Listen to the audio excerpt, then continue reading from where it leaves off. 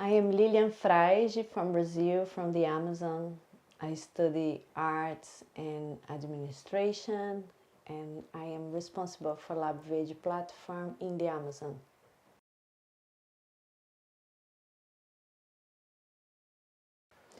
Well, I first got in contact with fungi through Julie Simon, that is the mycologist that are here with us. And I totally fell in love for the possibilities of fungi kingdom. Not in the terms of colors, in the terms of shapes, in terms of also how they are also leading important phenomena in nature. You know, they are spread to the atmosphere, they're sporous, and they also helps to agglutinate water and to make rain, and also how they connect the forest, right, the wood wide web. So it's hard to don't fall in love. And when you think about the Amazon doesn't have a lot of flowers. It's not very like appealing forest. Doesn't have a lot of ornamental plants. And then when you look at the ground and you see so many shapes of fungi and so many colors, it's the thing. You have this possibility of getting super in love, but you really have to be in contact with this very micro landscape that is the soil.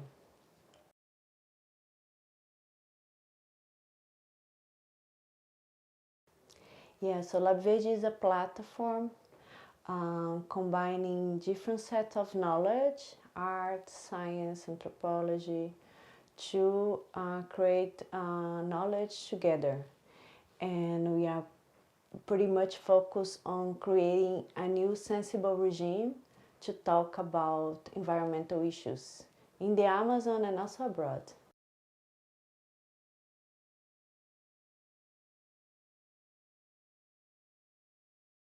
First, because we are based in the Amazon and we understand the forest as a space for the potential of knowledge, right? Potential of new creations, new ways of knowing, new ways of perceiving, right? So we understand that we can learn also with forest, right? Forests can really teach us, non-human beings can really teach us about so many aspects of life, right? About cycles, about time, about dynamics, social dynamics, right? How the forest works so well together, really can teach us how we also can work well together, you know, in a balanced relationship.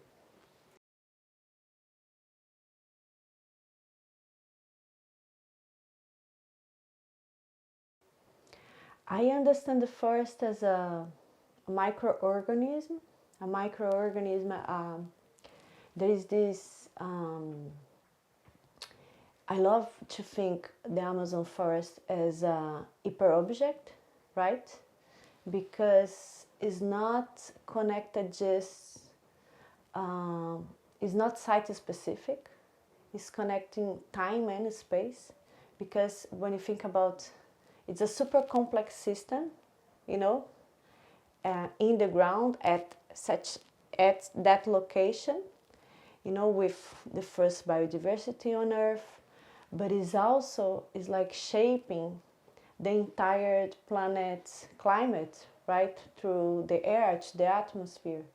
So when you think about that, the Amazon is like exporting a lot of oxygen and also a lot of water through all over the planet and maintaining climate. This is something that we cannot condense, we cannot limit the impact of the Amazon, right? So I really love to understand the Amazon as a phenomenon that really shapes time and space, because when you think about also how many, or not how many, but how many years the cycles of water are going on in the planet. So this means that the Amazon is shaping planet for so many years, you know, through water, also through oxygen.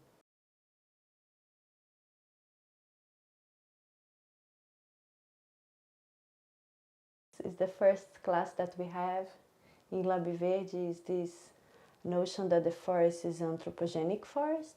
You know, perhaps all the forests are anthropogenic, right? But was not man-made, but is a man collaboration, right? So, so in the Amazon, through the Amazonian people knowledge, originary people knowledge, we really understand how to coexist, you know, with the forest. So in the Amazon, there is no such a thing, man and nature, right? Man is combining nature and improving nature and also improve itself.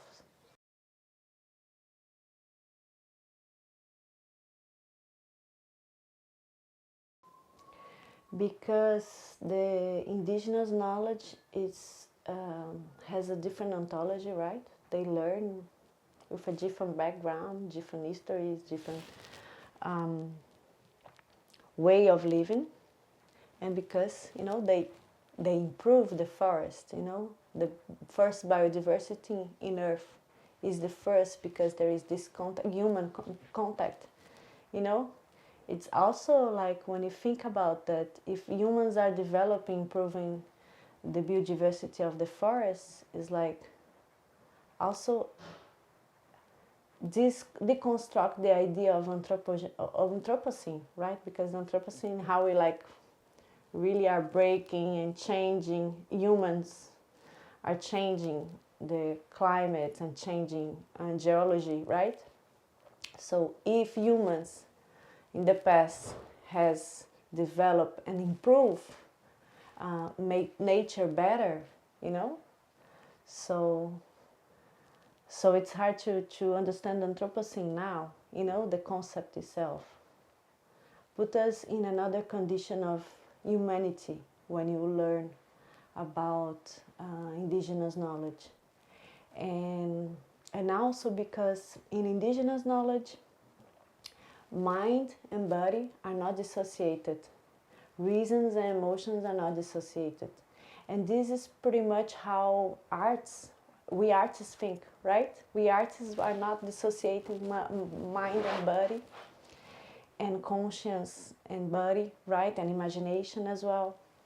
So I think it's really important to, because of course of the problem of climate change, it's really important to have all human knowledge history and all strategies to learn what is going on to the planet, right? So trying to understand climate change through different senses, expanding our senses to understand it, right? Because through the word, through the words are very, very hard. You know, through narrative is also hard. Perhaps if we have ability to feel, we're going to improve better and we're going to face the Anthropocene better. And I think through indigenous knowledge, we really could develop this that we call instinctive knowledge or sensible knowledge to understand what is going on to the planet.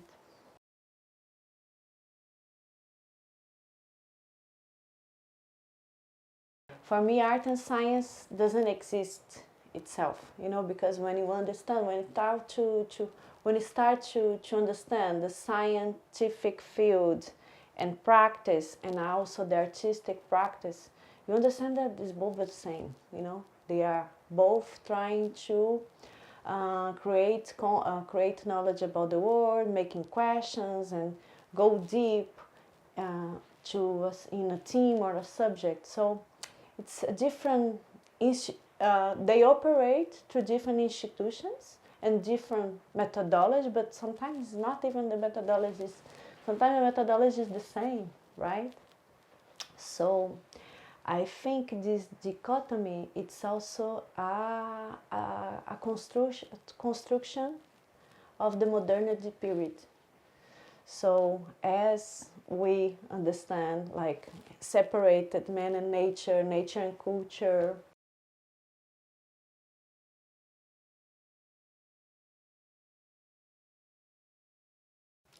is interesting that how we were raised history, right? We are raised totally history, the history of humans and the history of non-humans, right? So here we can see like the trace of the history of nature, right?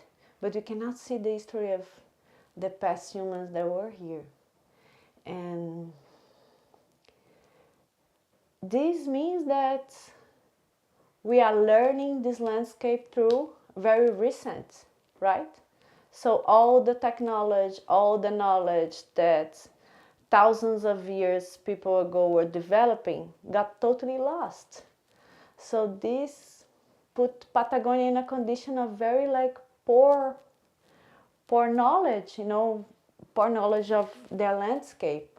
In Brazil, in the Amazon, we are like collaborating with this amazing indigenous philosopher, indigenous anthropologist, or even indigenous shamans that really can teach us about the past landscapes and nowadays landscape, the history of Amazon, and how they develop a strategy really to understand it. So it's amazing to have this memory. It's like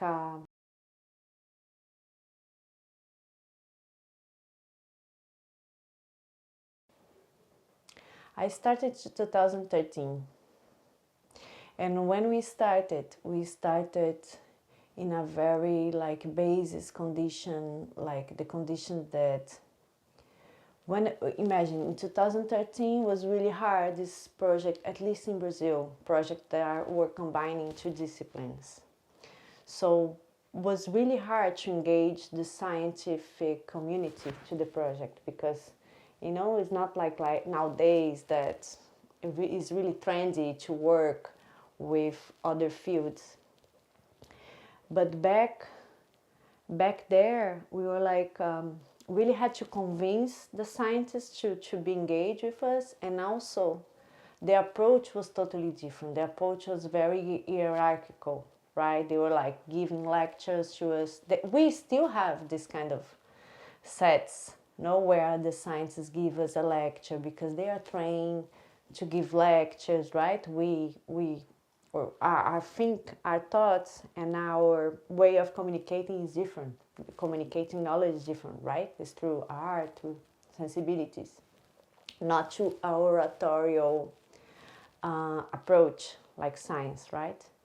So when we start was pretty much like we are like doing the visualization of their work, or trying to give other layers of sensibilities to their work, but the work was already done.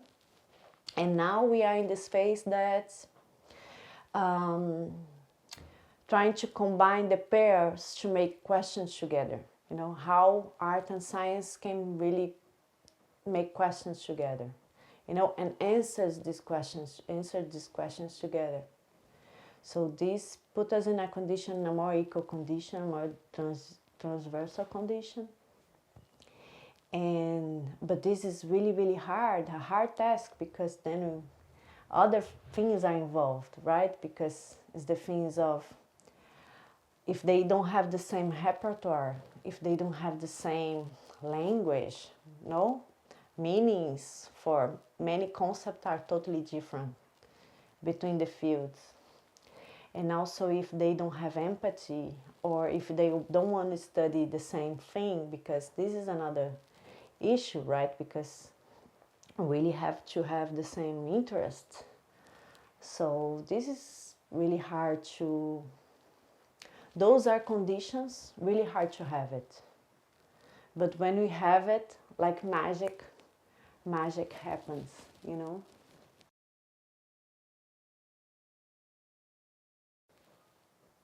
Well, it's amazing to be here because, of course, when you are like in an icon like Patagonia, like the Amazon is also iconic landscape, and then how those iconic landscape were built, what kind of narrative builds this place. So this is wonderful because wonderful to be able to compare, you know, and to dialogue this difference between these two different iconic places on Earth. You know, also to be able to understand the historical aspect of it and how colonization was really helping to invent those landscapes, because it's an invented landscape as well, you know, and like the Amazon. And it's also interesting to see how environments are being shaped, especially for this last century, right? That was a lot of impact, human impact, you can see, you know, the traces in the environment. So this is also nice to see, you know, because the Amazon, the traces are not evident, or the traces is still nature, you know, still very natural. And here, no, here it's super beautiful. You get overwhelmed by the beauty, by the landscape, by the phenomena, you know, the water, the ocean, the rain, the lights, full of light. In the horizon, we are full of possibilities of horizon. But then in this hidden landscape, there is a history of a very violent history that we are learning to read, right?